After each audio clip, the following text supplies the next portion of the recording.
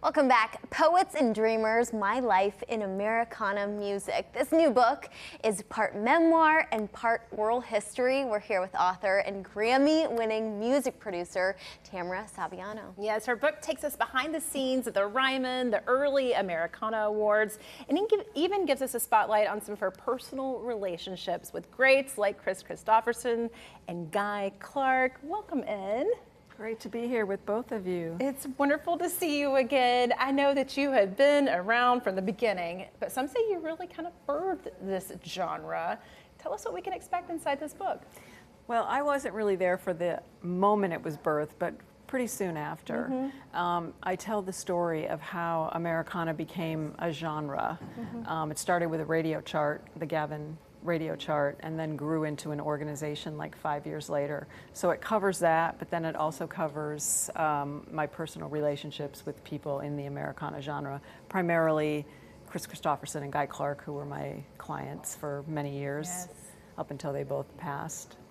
Well, I love how you call, it's not just your story, but it's the story of a scrappy group of music business misfits in the 90s who are crazy enough to build a business around a new music genre. So what was Nashville's role in the formation of this genre, and kind of describe the genre overall?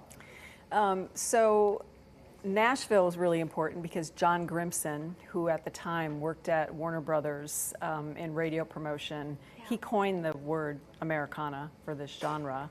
And he started the Americana radio chart with Rob Bleetstein in California and Brad Paul in Boston. The three of them put their heads together and said, we need a place for this music because country radio doesn't play it anymore. You know, they weren't playing Johnny Cash or Willie Nelson anymore. And then there were these younger artists coming up, Kevin Welch and Rosie Flores at the time, and Lucinda Williams, who didn't have a place on radio. So they decided to create this format, and it's the first time I know of that somebody's created the radio format first, before there was a music genre. Interesting. It is so interesting, especially knowing that it's really not been around that long at the end of the day. Yeah. You mentioned Rosie Flores. She's been on the show before. Love her. Saw a picture of you two in here. There are like a lot of personable stories in here and pictures, but you say your favorite part is probably that of Kristofferson. Please share a little bit more about the friendship you shared with him. So we started working together in 2003, and we stayed together until he retired in 2020. And, you know, I traveled the world with him, and we just did so many projects together. And, you know, he's a legendary songwriter, right?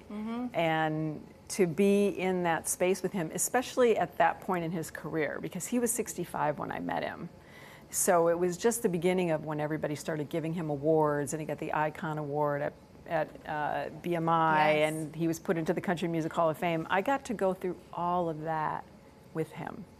So it was a really like a precious time. Do you know what I mean? Yes, So definitely. incredible.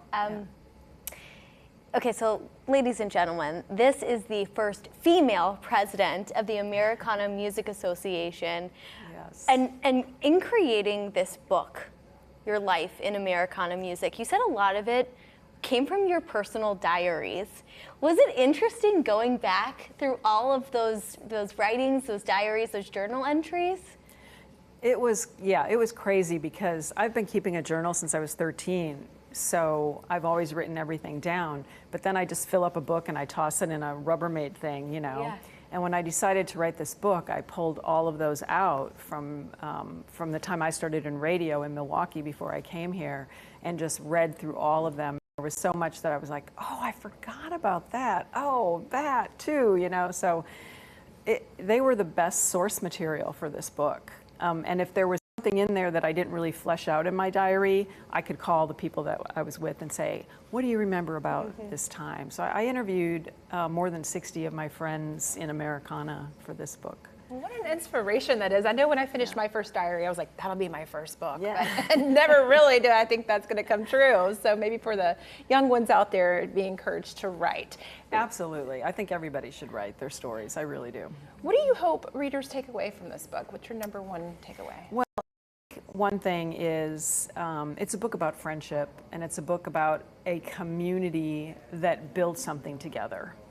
And I think that's really important, especially now, of how much we can do together as a community, how much we can build, what kind of creative, crazy ideas we can come up with and make reality. When people work together on things, just magical things happen. And I believe that's the case with Americana. Ooh, so well said. Tamara, thank you so much for joining us. Absolutely a pleasure to be here. So nice to see both of you. So wonderful. Thank you. You'll read more about our books, music, and so much more. Visit tamarasaviano.com.